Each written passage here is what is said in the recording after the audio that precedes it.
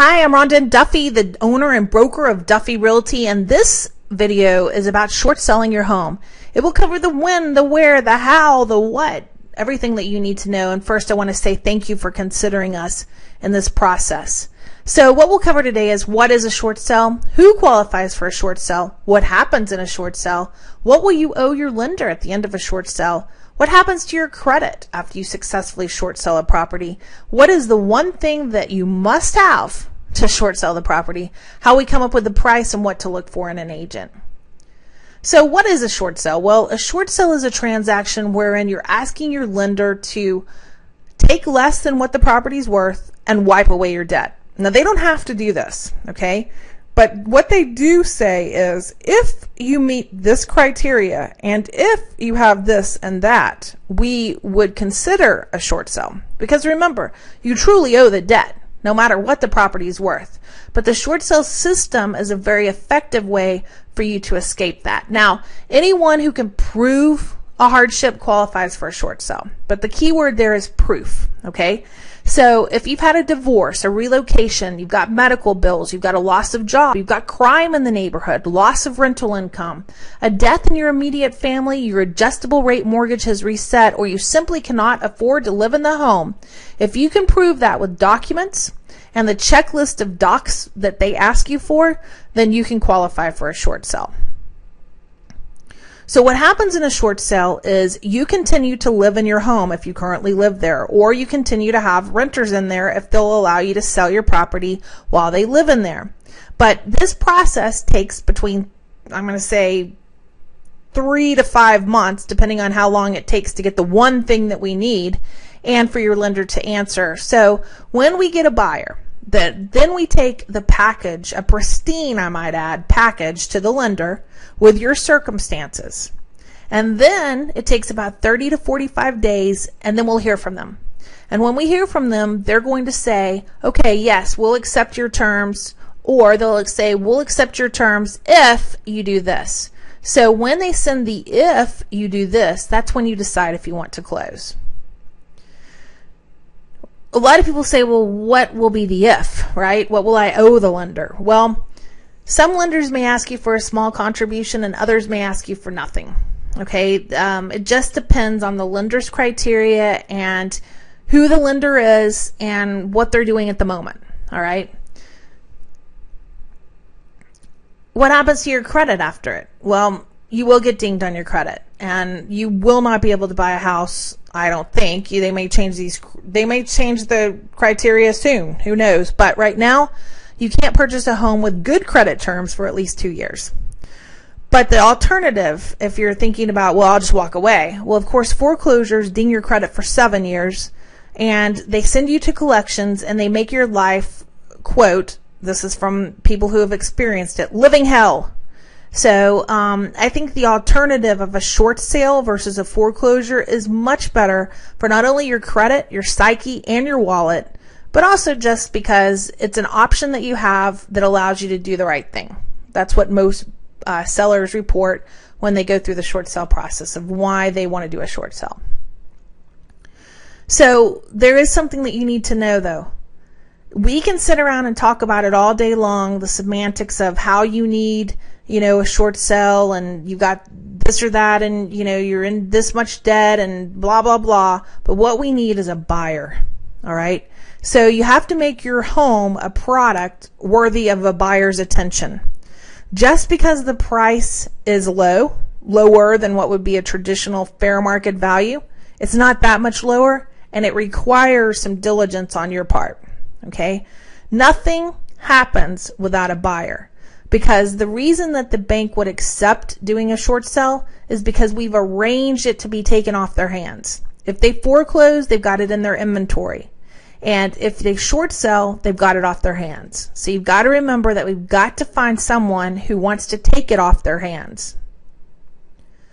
How do we come up with a price? Well, this shocks a lot of people, but because I think a lot of people just have the notion, well, bank's negotiable, they want it off their hands, they'll do anything. No, they won't. They have a certain lender criteria and ratio that they use, and that's based on your private mortgage insurance. So if VA, FHA, all the independent private mortgage insurance, Fannie, Freddie, any of those places did your loan, they're the ones who are actually going to be paying the difference to the bank. All right. So the bank is not going to take a loss. They won't. They'd rather foreclose and put it on their books than take a loss.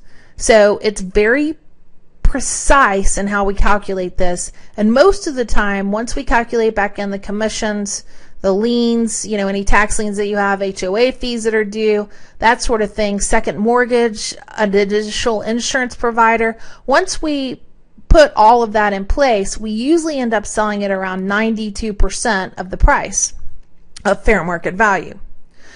So that's why I say that it's critical to come up with a buyer.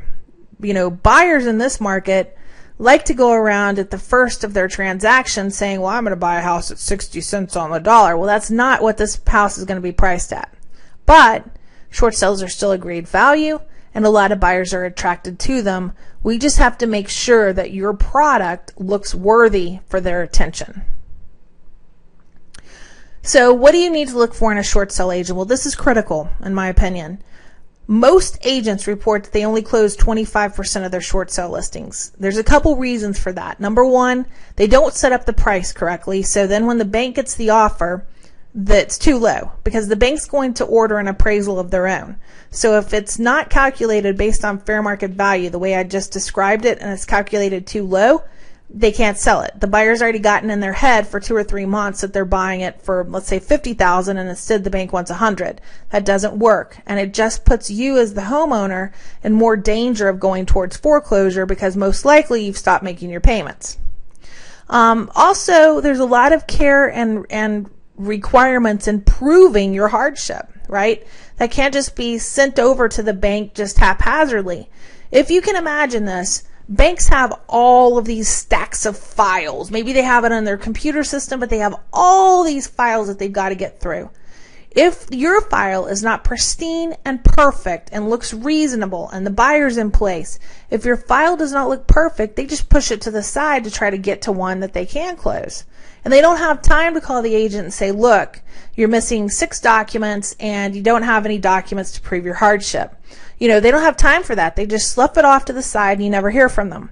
So it does take a certain care and delicacy in making this work. All right. But you should also look for an agent who not only has a short sale designation, but also has 10 short sales that they've closed in the last 12 months, because it's the experience with these lenders and being right with them as they make their shift that really makes it successful for you as a seller.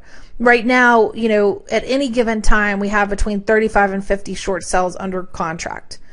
We have about 100 to 150 listings at any given time. But it is a delicate process. You can't just keep lowering the price to make it work, and you can't send in a messy package. All right. So it really, my short sale division has to be based on somebody who really, really is a detailed, meticulous bean counter, if you will, but they don't even count beans. They're just looking at documents. I do have the only designation in Georgia for Elite CDRS. And we do close a lot of short sales. I'm very proud of that. So when you need help, here's the key. Call us as soon as you get the inkling that you need to do a short sale. Time is very precious. The more time you can give us, the better we can serve you. The more chance we have of getting a short sale done.